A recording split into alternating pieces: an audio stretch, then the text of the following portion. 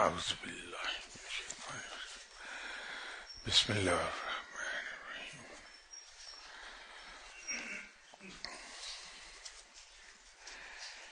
Eastern Punjab میں ایک فقیر گزرے ہیں جن کا نام بھیک تھا. آپ نے کچھ لوگوں کے نام کے ساتھ غلام بھیک لگا ہوا دیکھا ہوگا. یہ انہی بزرگ کے مرید ہیں جو اپنے نام کے ساتھ شناخت کے لیے غلام بھیک لگاتے ہیں. مجھے ویسے تو شعر یاد نہیں رہتے، لیکن ان کا یہ ایک شعر ایسا ہے جس میں تصوف یا روحانیت یا معرفت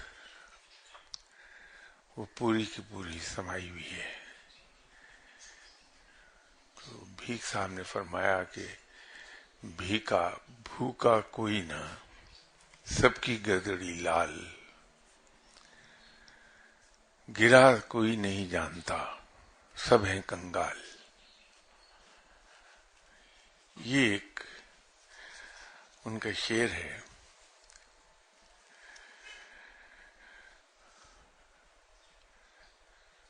معرفت میں کہا یہ جاتا ہے کہ خدا تو خود ہمارے اندر موجود ہے، اس کو ہم ادھر ادھر کیا تلاش کرتے پھرتے ہیں. کسی فقیر نے ایک جملہ یوں کہا تھا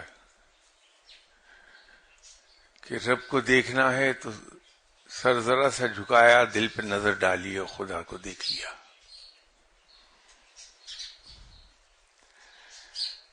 اس کے الفاظ پر نہ جائیے، مراد ان کی یہی تھی کہ خدا تو خود ہمارے اندر بستا ہے، ہم اس کو باہر کہاں تلاش کرتے پھرتے ہیں. یہ جو میں نے عرض کیا کہ اس کے الفاظ پہ نہ جائیے، بات یہ ہے کہ ہماری زندگی میں بہت سی چیزیں ایسی ہیں جو دکھائی دیتی ہیں اور بہت سی چیزیں ایسی ہیں جو دکھائی نہیں دیتی ہیں. روحانیت میں بھی ہم ایک لفظ کا استعمال اکثر بیشتر کرتے ہیں، وہ ہے روح کی لطافت.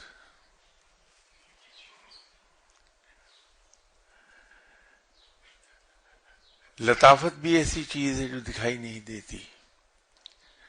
تو جیسے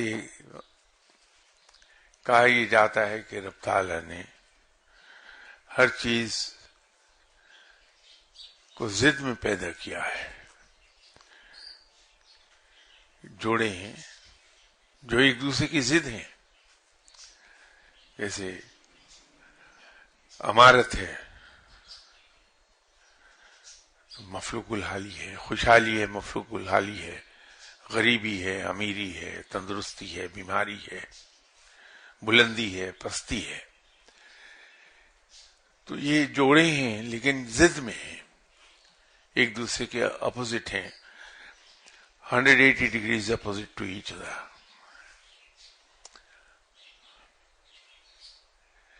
تو اسی طرح کچھ چیزیں رب تعالی نے مرئی پیدا کی ہیں، کچھ غیر مرئی پیدا کی ہیں، دکھائی دیتی ہیں کچھ دکھائی نہیں دیتی ہیں.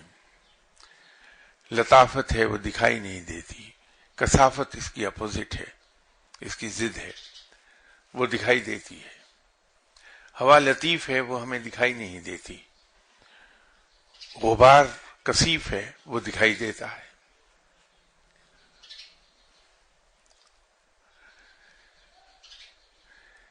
اسی طرح ہم ایک بات سوچتے ہیں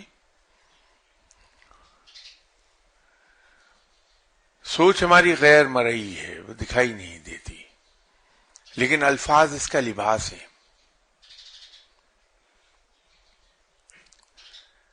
الفاظ کے معنی غیر مرئی ہیں، وہ دکھائی نہیں دیتے. تو ہم اپنے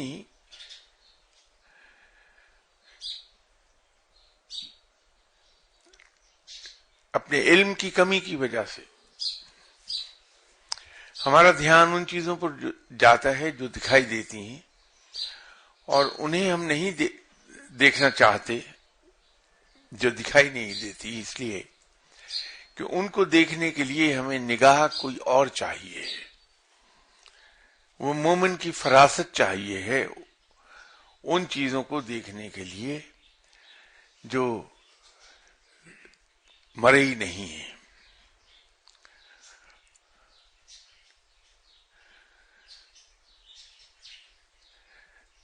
فقیر الفاظ پر نہیں جاتا،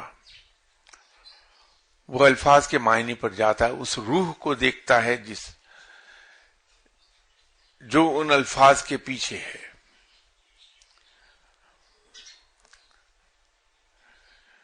تو بات ہو رہی تھی کہ رب تو خود ہمارے اندر بستا ہے، ہم اس کو باہر کیا تلاش کر رہے ہیں.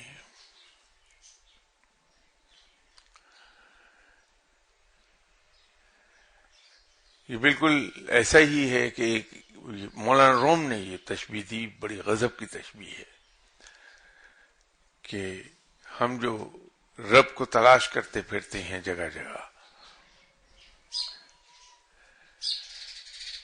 تو اس کی مثال ایسی ہے کہ ایک انسان کے سر پر روٹیوں سے بھرا ٹوکرا رکھا ہوا ہے، لیکن وہ اس ٹوکرے سے بے خبر ہے کہ میرے سر پر روٹیوں سے بھرا ٹوکرا رکھا ہے، اور وہ مفلوق الحال لوگوں کے دروازے پر جا کے دستک دے کر ایک روٹی کی بھیک مانگ رہا ہے. یہ مولانا روم نے تشبیہ دی ہے، بہت ہی غضب کی ہے.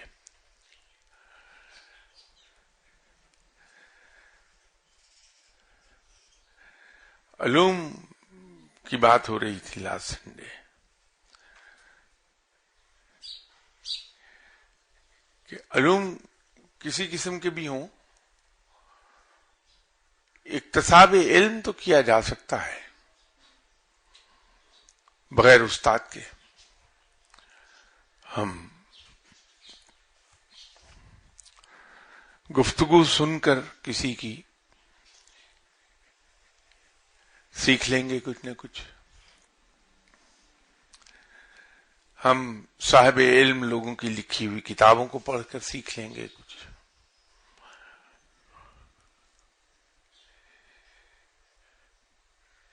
لیکن ہم اس میں طاق نہیں ہو سکتے.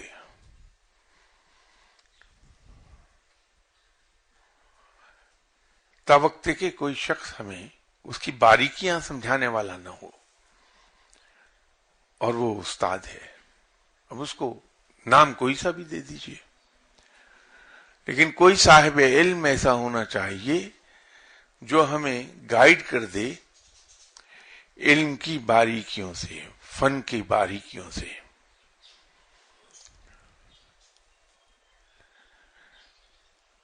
اور پھر انسان اپنے کمال کو پہنچ نہیں سکتا جب تک کہ جس علم کو اس نے سیکھا ہے اس علم کو ایکسرسائز نہ کر لے، اس کو پریکٹس نہ کرنے لگے، وہ کمال کو نہیں پہنچ سکتا. ہم موٹر مکینک بن سکتے ہیں کتابیں پڑھ پڑھ کے،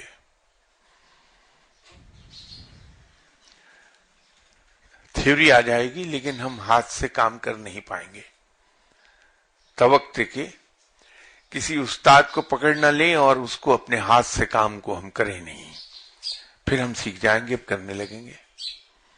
چونکہ ہمیں تھیوری آتی ہے، اس لیے ہم اپنے استاد سے شاید آگے نکل جائیں، کیونکہ اس کے پاس تھیوری نہیں ہے. یہی وجہ ہے کہ تصوف میں ایسے بے شمار اولیاء اکرام گزرے ہیں جو کمال میں اپنے مرشد سے آگے نکل گئے. یہ اور بات ہے کہ انہوں نے یہ بات کبھی مانی نہیں ہے کہ میں اپنے مرشد سے آگے نکل گیا. وہ یہی کہتے رہے کہ صاحب میں تو اپنے مرشد کی جوتیوں کا طفیل یہاں بیٹھا ہوں، میرے مرشد تو بہت بلند ہیں. اس لیے کہ ایسے لوگ جو ایک کمال کو پہنچے ہیں وہ اس بات سے بڑی اچھی طرح واقف ہیں کہ جب تک کہ ہم اپنے مرشد کو ایک بہت اعلی مقام پر بٹھا کر اس کی عظمت کو سلام نہیں کرتے اس وقت تک ہم کسی کمال کو پہنچ نہیں سکتے.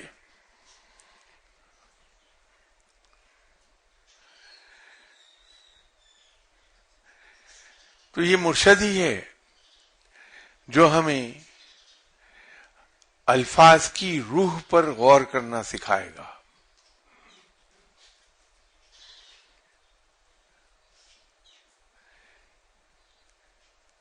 کہ ہم الفاظ کو دیکھ کر اکثر مس لیڈ ہو جاتے ہیں، لیکن اس کی روح کو اگر کوئی سمجھانے والا ہو تو پھر انسان صحیح سمت میں جاتا ہے.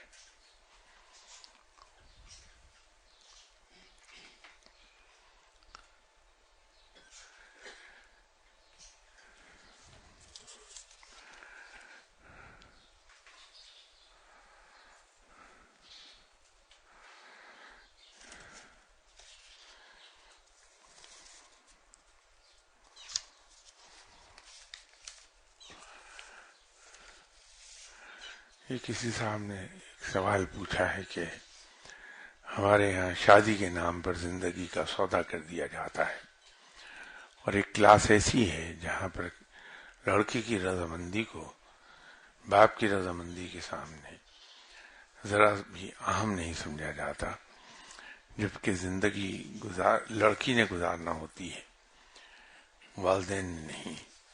تو پھر اپنی مرضی کی ایادیز کوٹ کر کے پریشرائز کیا جاتا ہے. اسلام کیا کہتا ہے؟ اگر لڑکی انکار کر دے تو خواہ وجہ کوئی بھی ہو تو کیا والدین کو حق ہے کہ وہ اسے پریشرائز کریں اور منافقت بھری زندگی گزارنے پر مجبور کریں؟ اسلام اس بارے میں بہت کلیئر ہے. اسلام نے بڑی سختی سے منع کیا ہے کہ غیر محرم کے ساتھ کوئی رابطہ کسی قسم کا نہ رکھا جائے، بات چیت نہ کی جائے، سامنے نہ آیا جائے.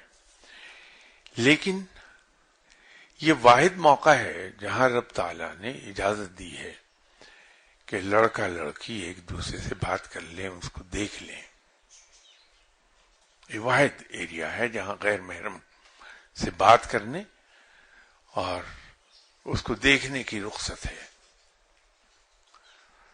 تو اس سے اندازہ کر لینا چاہیے ہمیں کہ اسلام کتنی امپورٹنس دیتا ہے انسان کی مرضی کو، اور والدین کو بھی یہ چاہیے کہ جو حق رب تعالیٰ نے عطا کیا ہے بچہ بچی کو، بیٹا بیٹی کو، وہ حق ہم نہ چھینیں ان سے. یہ حق رب نے انہیں دیا ہے کہ وہ ایک دوسرے کو دیکھ لیں، پسند کر لیں، اگر پسند نہ ہو تو اپنی رائے کا اظہار کر دیں. تو جو حق رب دے دے کسی کو، کوئی انسان اسے کیسے چھین سکتا ہے؟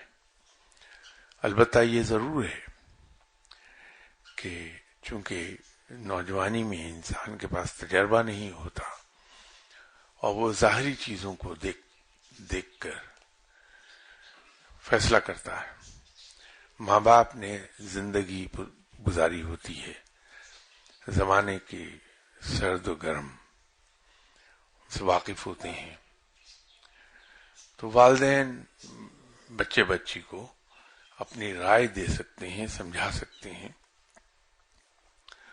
اور دلیل کے ذریعے ان کے سامنے چیز کو رکھا جا سکتا ہے کہ ہم اس لیے اس سے منع کر رہے ہیں، اس کی وجوہات یہ ہیں. لیکن اگر پھر بھی بچہ بچی اگر ضد کرتے ہیں تو بسم اللہ، زندگی انہوں نے گزارنی ہے، وہ اپنا حق ایکسرسائز کر لیں تو ہمیں اجازت دے دینی چاہیے.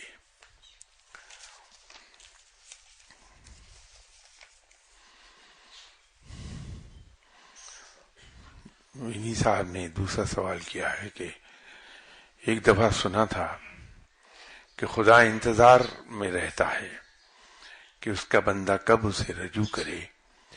وہ کہتا ہے کہ اگر بندہ میری طرف چل کر آئے گا تو میں دوڑ کر جاؤں گا، اگر سرگوشی میں بھی پکارے تو میں لبیک کہوں گا.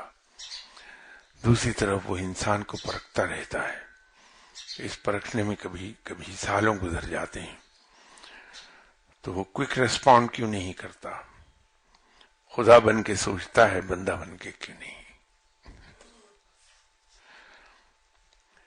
یہ بات درست سنی تھی آپ نے کہ رب اس انتظار میں رہتا ہے کہ اس کا کوئی بندہ اس کی طرف آئے تو چل کر آئے گا تو رب دوڑ کر آتا ہے اس کی طرف.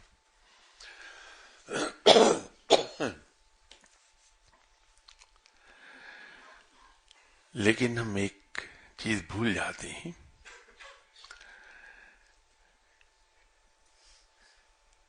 کہ دوستی ایک ہی طرح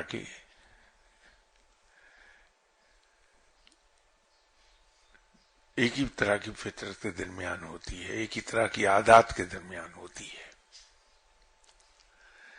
متضاد فطرت اور متضاد عادات میں دوستی کبھی نہیں ہوتی. رب بہت پاک صاف ہے، رب سچا ہے، رب اپنے وعدے کا بھی سچا ہے، رب بہت خوش گفتار ہے، بہت پاک گفتگو کرتا ہے. رب غفور الرحیم ہے، بے شک وہ قہار و جبار بھی ہے، لیکن اس کی وہ صفت بہت کم ایکسرسائز کرتا ہے اپنی قہار و جبار ہونے کی. وہ غفور الرحیم ہی رہتا ہے.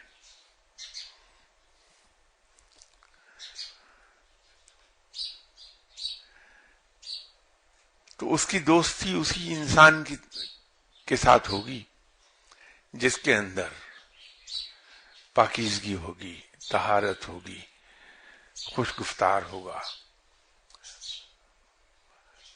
پاک و صاف گفتگو کرے گا، باوقار ہوگا، اس لیے کہ رب بہت باوقار ہے، تمکنت ہے رب میں. تو ایسے ہی لوگوں کو وہ پسند کرتا ہے، ان سے دوستی کرتا ہے. یہ جو آپ نے کہا کہ وہ پرکھتا کیوں ہے، تو رب ہمارا خالق ہے، وہ ہمیں سب سے زیادہ بہتر سمجھتا ہے کہ ہم ہیں کیا. تو اگر آسان الفاظ میں اس کو بیان کیا جائے تو ہمارے کرتوت سے وہ خوب واقف ہے.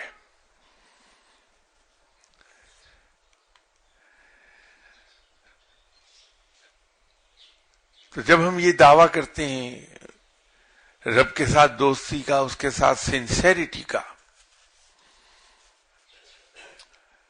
تو وہ پرکھتا ضرور ہے. اپنے لیے نہیں، اس لیے کہ وہ تو غیب کا علم رکھتا ہے، وہ تمام ظاہر اور پوشیدہ چیزوں سے واقف ہے. وہ خود ہمیں دکھانے کے لیے کہ یہ تمہاری اصلیت ہے، کہ ذرا ٹیسٹ آیا اور تمہاری چیخیں آسمان تک جا رہی ہیں، تو مجھ سے دوستی کے دعویٰ ہے. وہ ہمیں دکھانے کے لیے کر دے گا، ورنہ اس کو ہمیں پرکھنے کی ضرورت نہیں، وہ تو ہم سے خوب واقف ہے. تو وہ ہمیں دکھانا چاہتا ہے کہ یہ تمہاری اصلیت ہے، کہ ذرا سی ایک آزمائش آئی ہے تم پر اور تمہاری آہو پکار شروع ہو گئی ہے۔ ہاں البتہ اگر اس کا کوئی بندہ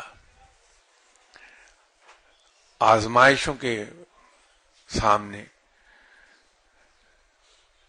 صبر کرتا ہے، برداشت نہیں کرتا، صبر کرتا ہے،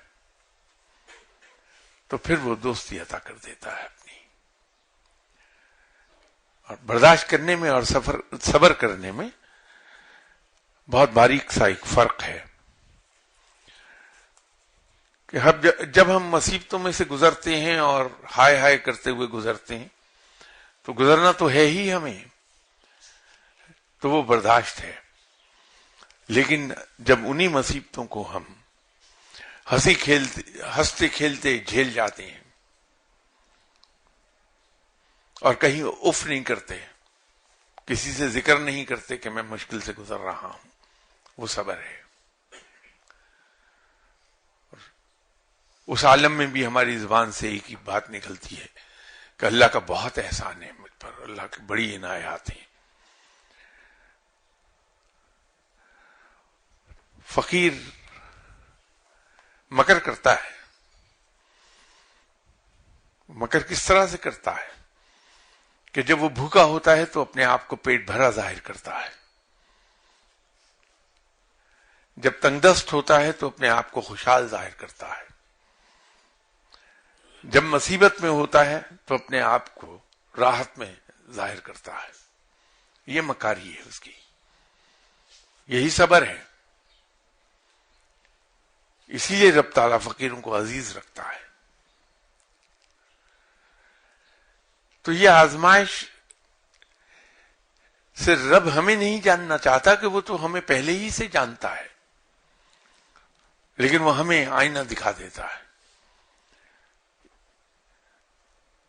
تو رب کے یہاں ٹائم سکیل ہماری دنیا کے ٹائم سکیل سے کہیں زیادہ ہے، اور پھر somehow or the other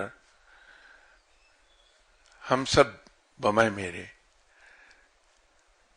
نہ تو انتظار کرنے کی عادت ہماری برقرار رہی ہے اور نہ ہم میں صبر رہا ہے، تو ہم بے صبر ہیں۔ ہماری خواہش یہ ہوتی ہے، کم از کم میری تو ہوتی ہے، کہ اگر میں نے زندگی میں کہیں ایک نماز پڑھ لی، ایک سجدہ کر لیا، تو میں اس جستجو میں لگا رہتا ہوں کہ میں ولی اللہ کب بنوں گا۔ ایسے لوگ کچھ پاتے نہیں ہیں، انہیں کچھ نہیں ملتا۔ وہ لوگ جو رب کو صرف رب جان کے، یہ جان کر کے وہ لائق عبادت ہے، اس کی نہ صرف عبادت کرتے ہیں بلکہ اس کی بندگی بھی کرتے رہتے ہیں، وہی وہ لوگ ہیں جو سب کچھ پا جاتے ہیں۔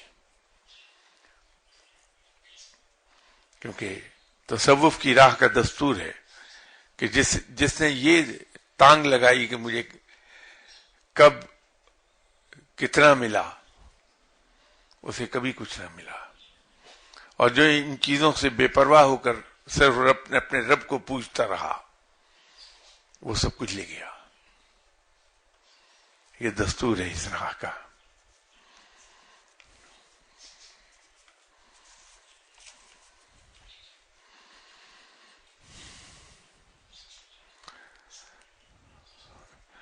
انہی صاحب کا تیسرا سوال ہے کہ جب مرد تصوف کی راہ پر چلتے ہیں تو کبھی جنگلوں کا رخ کرتے ہیں، کبھی صحراؤں کا، خدا کو جس طریقے سے ڈھونڈنا چاہیں ڈھونڈ لیتے ہیں، اکیلے رہنا چاہیں تو بھی کوئی سوال نہیں، جبکہ عورت کے لیے یہاں بھی بیریئرز ہیں۔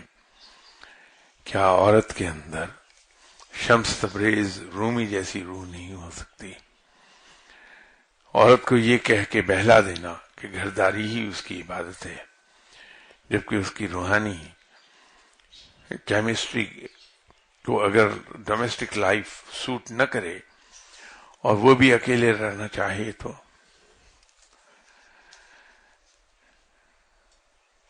مجھے آپ کے اس سوال سے پورا اتفاق ہے.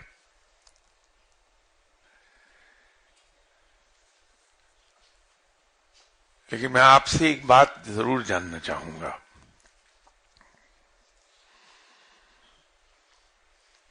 کہ کیا دنیا میں رب تعالیٰ کے علاوہ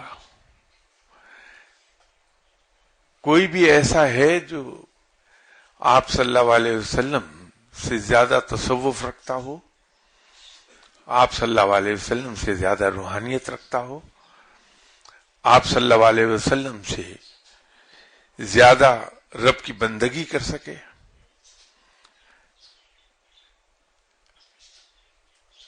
کیا کوئی ایسا ہے جو آپ صلی اللہ علیہ وسلم سے زیادہ عبادت کر سکے؟ ہمارا جواب یقیناً نہ میں آئے گا.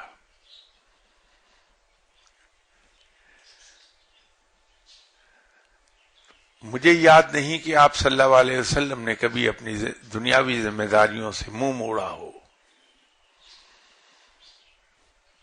آپ صلی اللہ علیہ وسلم نے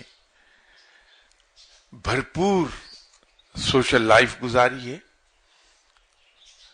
آپ صلی اللہ علیہ وسلم نے بھرپور فیملی لائف گزاری ہے. آپ صلی اللہ علیہ وسلم نے بھرپور دنیاوی زندگی گزاری ہے.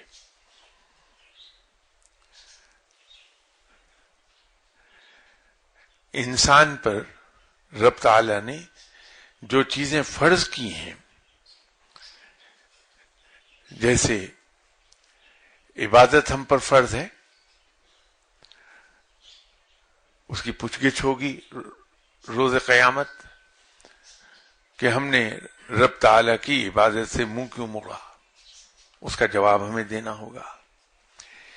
اسی طرح مرد ہو یا عورت، ہر انسان پر اس کی فیملی لائف کے حوالے سے بہت سے چیزیں فرض ہیں.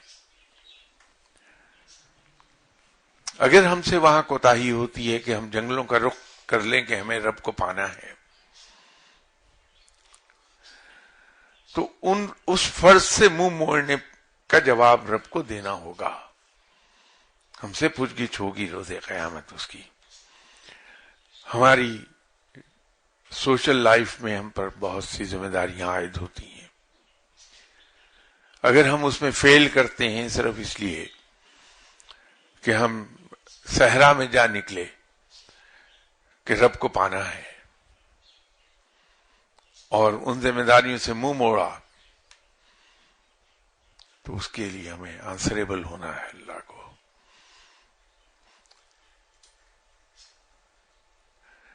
جو کام آپ صلی اللہ علیہ وسلم نے نہیں کیا، میرے نزدیک وہ اگر کیا جائے تو غلط ہوگا. یا یوں کہیے کہ میرے نزدیک صرف وہی چیز صحیح ہے جو قرآن اور سنت سے ثابت ہو جائے، اس کے علاوہ ہر کام غلط ہے.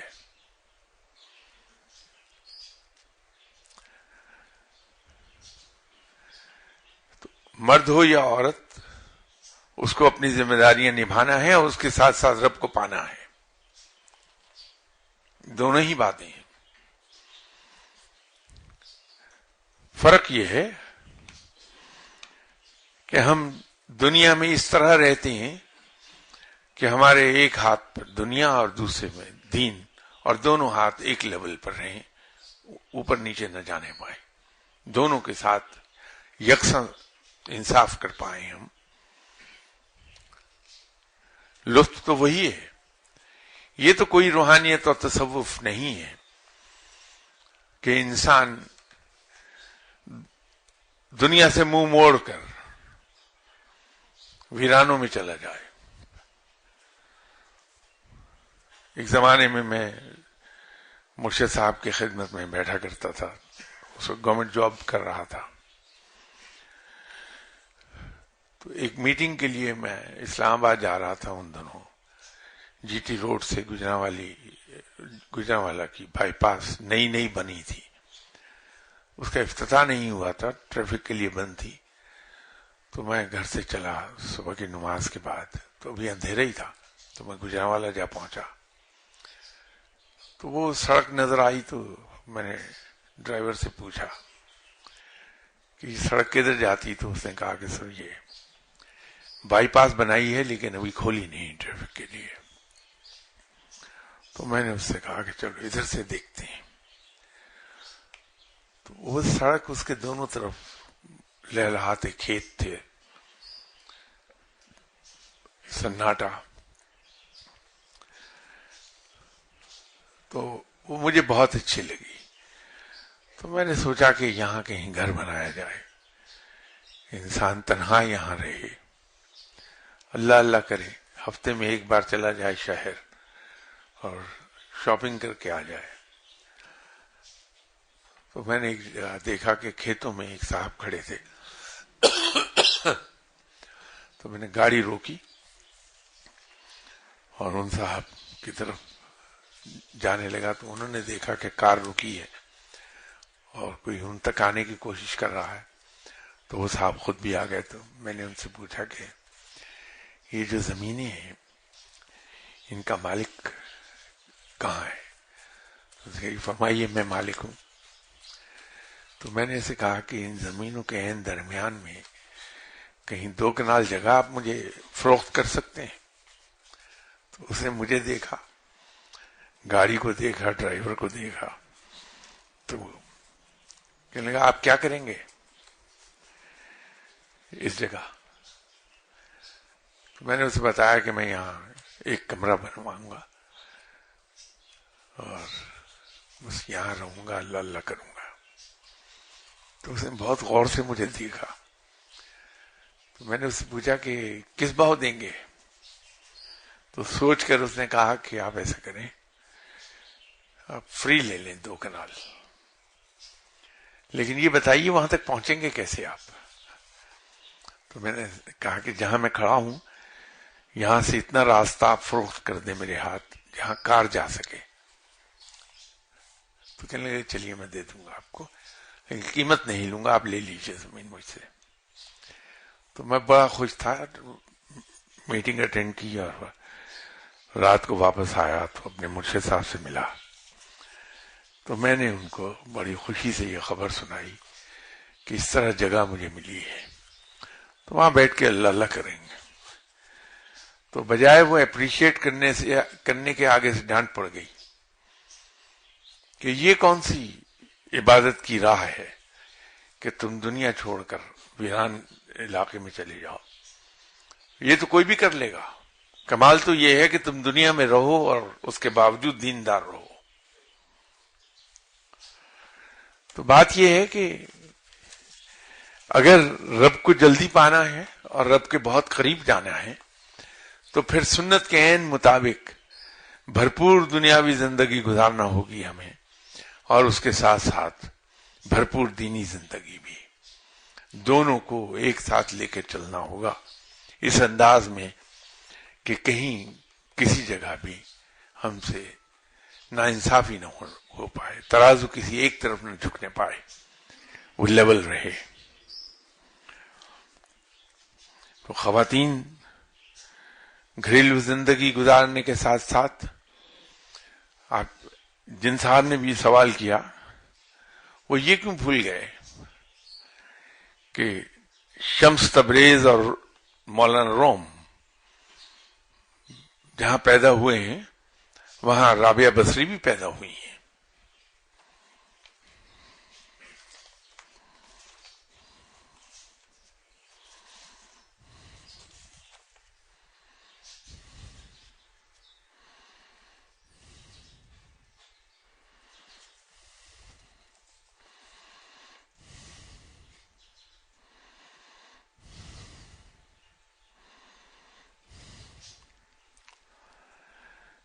ایک صاحب کا سوال ہے کہ بعض افراد حج و عمرے کے لیے جاتے ہیں تو مسجد الحرام اور مسجد نبوی صلی اللہ علیہ وسلم میں جا کر ان کو ایسا محسوس ہوتا ہے کہ یہاں سے چلے جانا ہے، یا ان پر نیند کا ایسا خمار ہوتا ہے کہ ان کے لیے وہاں ٹھہرنا ممکن نہیں ہوتا.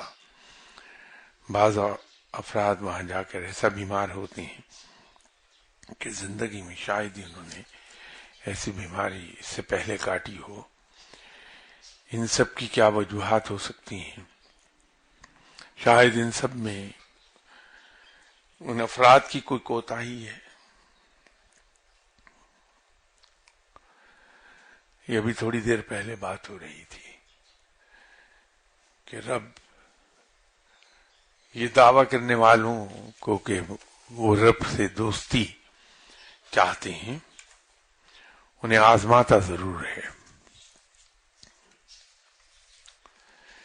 اسی طرح بعض اوقات جب ہم کسی انعام کے قریب جا پہنچتے ہیں کہ ہمیں انعام حاصل ہونا ہوتا ہے تو شیطان ہم پر غلبہ کر لیتا ہے اور ہم اس لمحے کو کھو دیتے ہیں.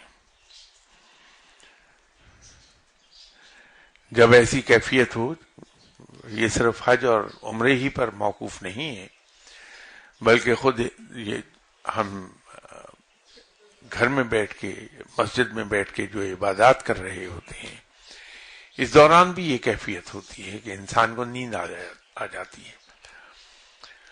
تو اگر انسان اپنے نفس کے ساتھ لڑتا رہے تو پھر مقام حاصل کرتا ہے، لیکن اگر مغلوب ہو گیا تو پھر وہ لمحے کھو دیے اس نے. تو ایسے موقع پر انسان کو اپنے اوپر جبر کرنا چاہیے، اپنے نفس کے ساتھ لڑنا چاہیے اور عبادت پہ زیادہ زور دینا چاہیے تاکہ شیطان بھاگ جائے.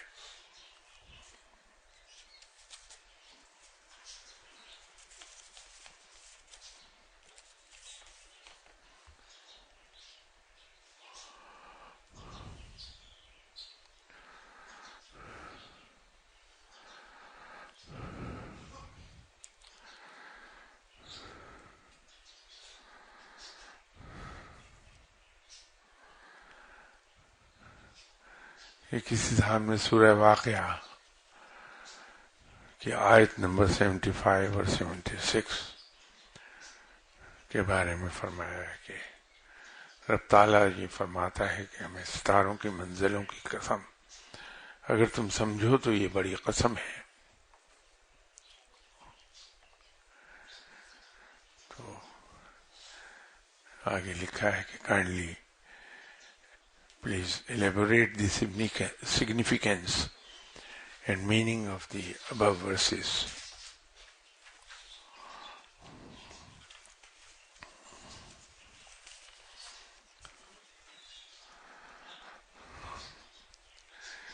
بات یہ ہے کہ رب تعالیٰ نے یہ کائنات تخلیق کی ہے اور اس میں ایسے عجائبات رکھے ہیں کہ ان کا ادراک ہمیں ہو نہیں پاتا، اور رب تعالیٰ ہم سے یہ اصرار کرتا ہے کہ ہم اس کے مظاہر پر غور کریں. اس میں ایک چیز امپورٹنٹ ہے کہ رب تعالیٰ کی ذات پر غور کرنے کی اجازت نہیں ہے، لیکن رب تعالیٰ کی قدرت کے مظاہر پر غور کرنے کی دعوت دیتا ہے رب.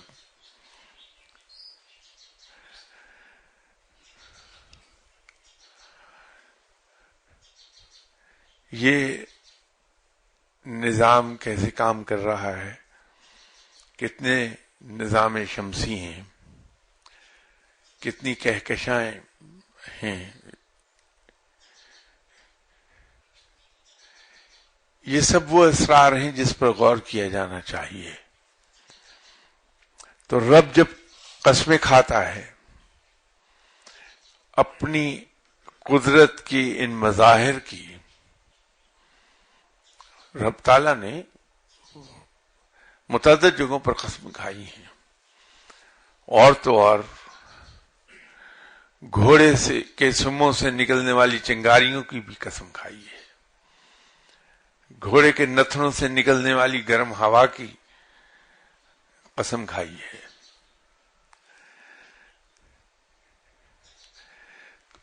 یہ چونکہ ایک ایسی چیز ہے جس کا تعلق آسمانوں کے علم سے ہے، تو اس میں ایک چیز اس نے اور واضح کر دی رب تعالیٰ نے کہ اگر تم سمجھو تو یہ بڑی قسم ہے کہ ایسا مقام ہے جس کو ضرور، جس پر غور کیا جانا چاہیے، اس کو جانا چاہیے تاکہ ہمارا ایمان رب پر پختہ ہو جائے، ہمیں یہ پتہ چل جائے کہ ہمارا رب عظیم ترین ہے، کہ جس نے یہ سب تخلیقات کی ہیں۔ تو وہ یوں دعوت دے رہا ہے، اس پر غور کی، ہمیں رب تعالیٰ کی قدرت کے مظاہر پر غور و فکر کرتے رہنا چاہیے۔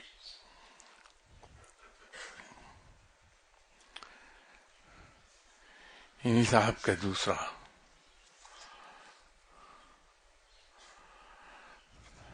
سوال سورہ بقرہ کی آخری دو آیات 285 اور 286 کو یہ ڈسٹنکشن ہے کہ ان کا نزول آپ صلی اللہ علیہ وسلم پر آسمانوں میں کیا گیا تھا۔ ان آیات کو ریگولرلی پڑھنے کی فضیلت پر روشنی ڈالیے۔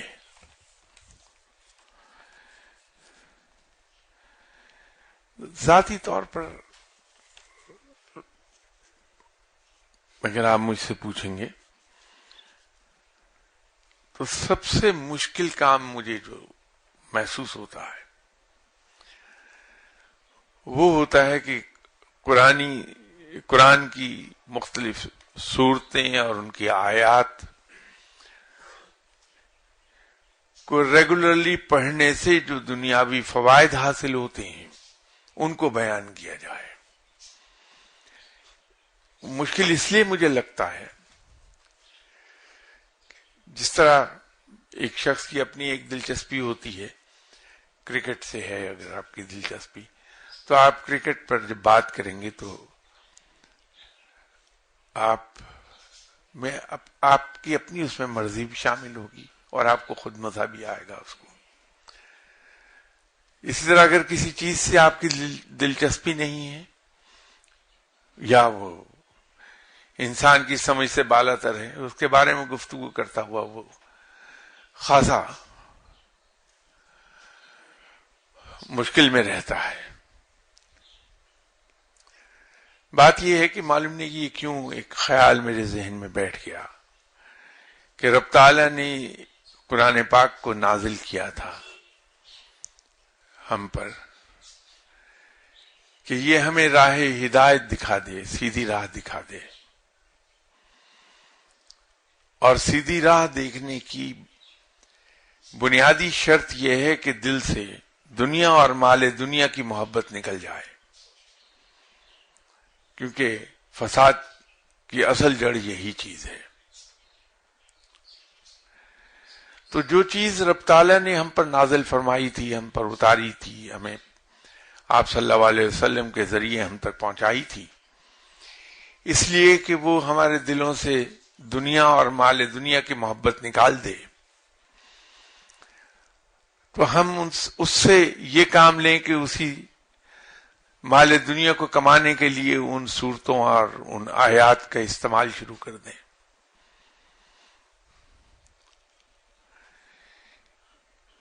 یہ تو بالکل ایسا ہی ہے کہ کوئی ہمیں ایک ایسا اوزار دے کہ اس سے انسان جو تکلیف میں ہیں ان کے کینسر زدہ عضو کو کاٹ کر آپ اس انسان کو تکلیف سے نجات دلا دیں، ہم اسی چاقو کو رازدانی کے لیے استعمال کریں کہ اس چاقو کے زور پر لوگوں کو لوٹیں اور مال دنیا جمع کر لیں، تو کہاں تو وہ چاقو دیا گیا تھا انسان کی بھلائی کے لیے، ان کو راحت دینے کے لیے، ہم اس سے دنیا کمانے کا کام لینے لگے۔ قرآن پاک کی تلاوت باعث ثواب ہے۔ ہم اس کو اللہ کا کلام سمجھ کر اگر پڑھیں اور یہ سمجھ کر اس پر عمل کریں کہ رب نے کلام پاک اتارا اس لیے تھا کہ ہم اس میں دیے گئے احکامات پر عمل کریں، تو بھائی سے نجات ہے۔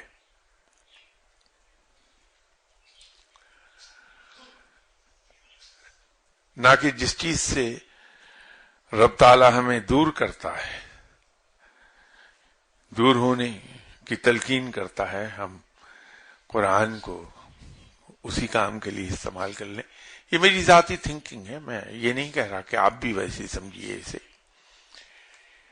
تو چونکہ ذہن میں میرے یہ خیال ہے، تو جب میں کسی سورہ یا کسی آیت کو بتاتا ہوں کہ یہ اس کے دنیاوی فوائد ایسے ہیں، تو شاید وہ میرے لیے خاصا مشکل مرحلہ ہوتا ہے۔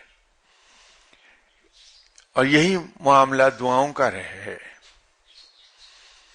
یہ سمجھ میں نہیں آیا، یا یوں کہیے کہ میں چونکہ علم سے بے بہرا ہوں، تو میرے اندر وہ عقل اور سمجھ موجود نہیں ہے جس سے میں یہ حکمت سمجھ سکوں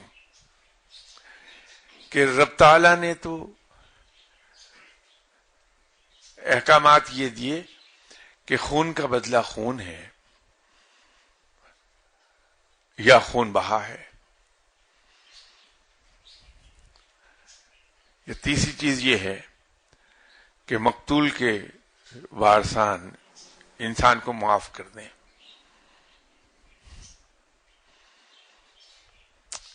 اب یہ رب تعالیٰ نے ایک قانون بنا دیا، ایک فیصلہ کر دیا۔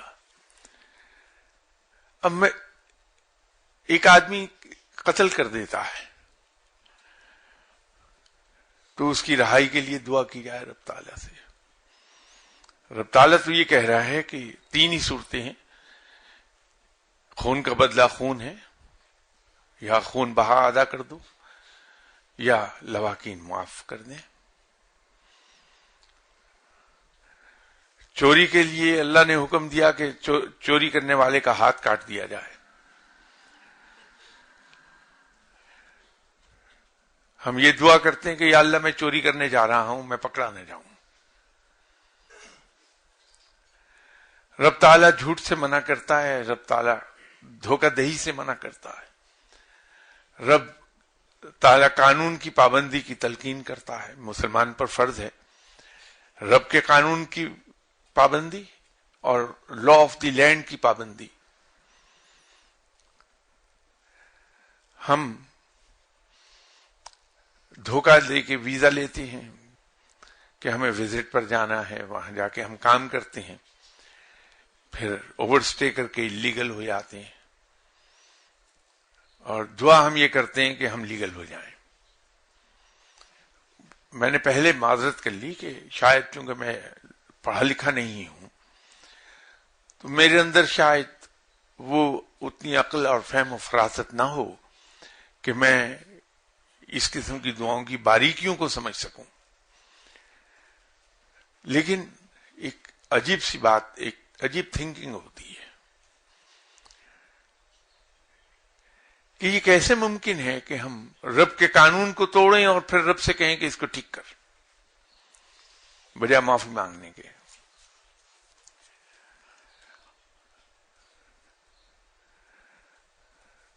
اس بات پہ اگر غور کر سکیں تو دیکھیے کہ ہم ایک مسلمان کا کیریکٹر ڈیمونسٹریٹ کر سکیں کہ مسلمان کردار کا کیا ہوتا ہے، اور وہ نمونے ہمارے پاس موجود ہیں اسلام کے شروع کے چند سو سال، اور اس کیریکٹر کو مینٹین کرنے کے انعامات بھی رب تعالیٰ نے ہمیں دکھا دیے کہ ہم انتہائی عروج کو پہنچے تھے، اور ہم نے آدھی سے زیادہ دنیا پر حکومت کی تھی۔ یہ انعام ہے اس کا کہ اگر ہم قرآن کے مطابق اپنے کردار کو ڈھال سکیں تو اس کے انعامات